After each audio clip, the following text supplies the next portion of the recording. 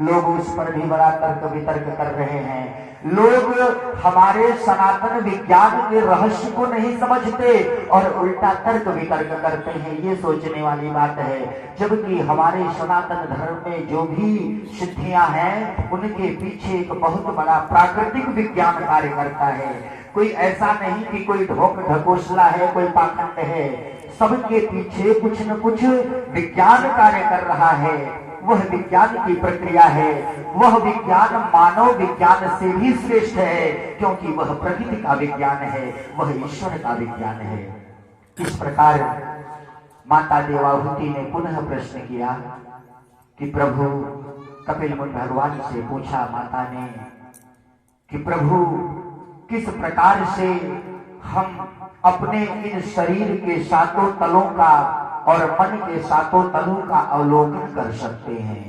मैं बड़ी सूक्ष्म रहस्य की बातें बताता हूं, मैं साधारण कथावाचकों में नहीं हूं। आप लोग तो अब समाज में देख रहे हैं, तरह तरह के कथावाचक सब केवल कथाएं भगवान की एक कर रहे हैं। ठीक है, धर्म जागरण हो रहा है, उसका मैं समर्थन करता हूं, लेकिन जीवन के मूलभूत रहस्यों से परिचित कराना ये अनिवार्य है। और ये व्यासपीठ पर बैठे हुए व्यास का दायित्व है, कथावाचक का दायित्व बनता है। उस दायित्व को विद्वान आज पूरा करने में असमर्थ हैं। केवल पढ़ी पढ़ाई कथाएं, रटी रटाई कथाएं जाकर लोगों को सुना देते हैं, उससे बात बनने वाली नहीं।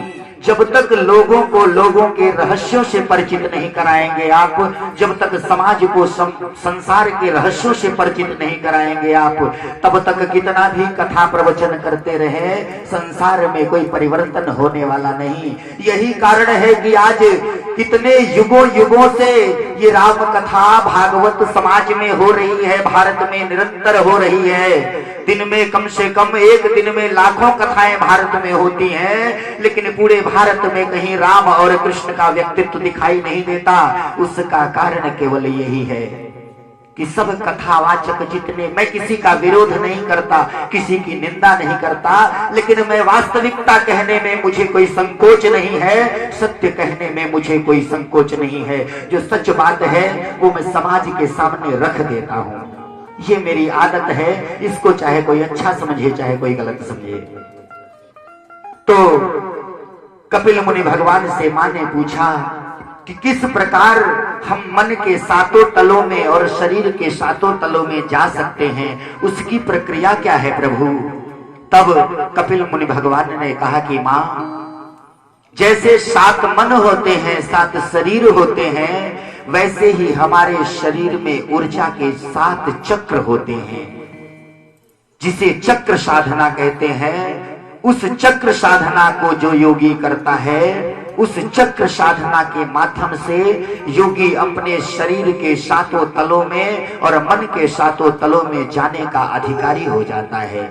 वो शरीर के 7 चक्र कौन कौन से हैं? सबसे नीचे जो मल का स्थान होता है, जहां मल विसर्जन होता है, वो हमारा मूलाधार स्थान है, वो मूलाधार केंद्र है, वो शरीर का मूल आधार है। ये कुंडलिनी जागरण जो प्रक्रिया आज आप सबने सुनी होगी, सोशल मीडिया पर भी ये सब बातें आती हैं। बहुत कुंडलिनी जागरण कराने वाले साधक हैं आजकल तो इसका ट्रेनिंग सेंटर भी जगह जगह चलाया जा रहा है। योग साधना के माध्यम से भी अनेक संत सिद्ध लोग कुंडलिनी जागरण कराते हैं। तो ये कुंडलिनी जागरण की प्रक्रिया का विषय है।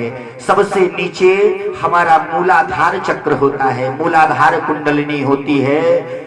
उसके ऊपर जो काम क्षेत्र होता है, जहां पर ब्रह्म वीर्य जहां स्थित होता है, वो हमारा स्वाधिष्ठान क्षेत्र है। उसके भी ऊपर जब सूर्य की जो नाभि का जो क्षेत्र होता है, जहां पेट के बीच में जो गड्ढा होता है, नारा जो जन्म के बाद जो काटा जाता है, वो नाभि केंद्र जो होता है, वो हमारा सूर्य चक्र है, वो सूर्य क्षेत्र है, मणिपुर चक्र जिसे कहा जाता है। वहां पर विद्युत ऊर्जा, हमारे शरीर की जो विद्युत ऊर्जा है, यहाँ पर सूर्य की तरह हमारा एक भीतर का सूर्य विद्यमान है, जिसकी सहस्त्रों किरणें हैं, जो शरीर की नाड़ियों के माध्यम से हमारे शरीर में विद्युत ऊर्जा का संचार करती हैं और हमारे संपूर्ण शरीर को ऊर्जा प्राप्त होती है। उससे ऊपर जब उठता है साधक तो हृदय क्षेत्र, जहां हमारा हार्ट होता है, जहां हमारा हृदय होता है, वहां पर सीने में, हमारे वक्ष पर, सीने पर जो बाएं तरफ का जो हिस्सा होता है वहां हमारा हृदय होता है। उस हृदय केंद्र पर हमारा अनाहत चक्र होता है, उसे अनाहत चक्र कहते हैं। वो भाव केंद्र है। हमारे भीतर जो भाव प्रकट होते हैं, प्रेम, करुणा, शांति, क्षमा, दया, ईर्ष्या, द्वेष, लोभ, मोह, ये सब जो भावनाएं प्रकट होती हैं हमारे भीतर, वो हमारे अनाहत चक्र से प्रकट होती हैं, वो हमारे हृदय क्षेत्र से प्रकट होती हैं। उसके भी ऊपर जब साधक उठता है तो जो कंठ का क्षेत्र है, ये गर्दन और गर्दन के बीच का जो ये गले का हिस्सा है, जहां ये थोड़ा सा उठा हुआ स्थान होता है, ये जो कंठ कहा जाता है, कंठ प्रदेश, ये हमारा स्वादिष्ट अनाहत चक्र होता है। यहां से ऊपर जब योगी उठता है तो आंखों के दोनों केंद्रों के ऊपर, दोनों भौहों के ऊपर जहां तिलक लगाया जाता है, या माताएं बहनें जहां टिकुली लगाती हैं, बिंदी लगाती हैं, वो जो क्षेत्र है वो हमारा आज्ञा चक्र होता है। वो हमारी थर्ड आई होती है, जिसे तीसरा नेत्र कहते हैं। शिव का जो तीसरा नेत्र है वो हमारा आज्ञा चक्र का स्थान है।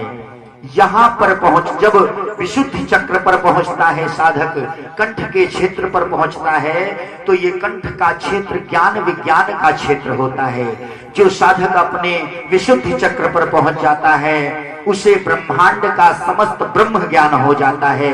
ब्रह्म ज्ञान यहाँ पर प्रकट हो जाता है, इसीलिए इसे कंठ कहा गया। लोग कहते हैं, साधारण बोलचाल भाषा में भी लोग कहते हैं कि इनको बड़ा कंठ है इस बात का। इनको कंठ का अर्थ ही है बोध होना, ज्ञान हो जाना। तो जो ज्ञान का क्षेत्र है, ज्ञान विज्ञान का जो क्षेत्र है, वो हमारा ये अनाहत चक्र है, कंठ क्षेत्र है, ये विशुद्ध चक्र। और इसके ऊपर जो आंखों के ऊपर जो आज्ञा चक्र होता है, यहाँ पर